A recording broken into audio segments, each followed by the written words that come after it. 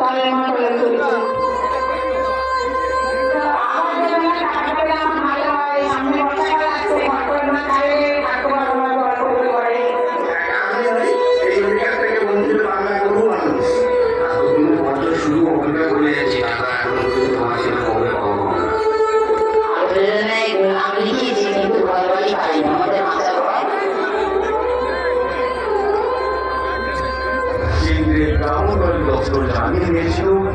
টাকা 1 মাসের মধ্যে দেওয়া হবে, কিন্তু সেই টাকা না আসায় আমাদের তরফ থেকে বারবার চিঠি দেওয়া হয়। তা সত্ত্বেও বাংলার কাউকে টাকা দেওয়া হয়নি।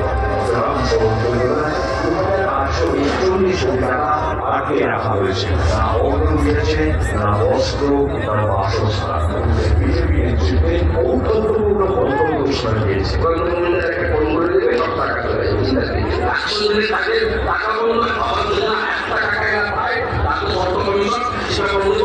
এই ধরনের বক্তব্যের প্রমাণ করে এভাবে সবুজ করে বাংলার মানুষকে তারা ইচ্ছাকৃতভাবে বঞ্চিত করে রেখেছে।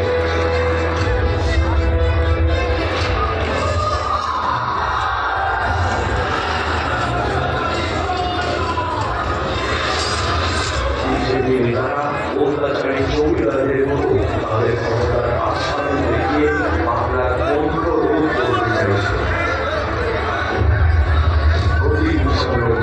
ব্যবস্থা করার স্বার্থে এবং আয়কর বিভাগের উপর বিভিন্ন সংস্থাগুলির অপব্যবহার করা হচ্ছে।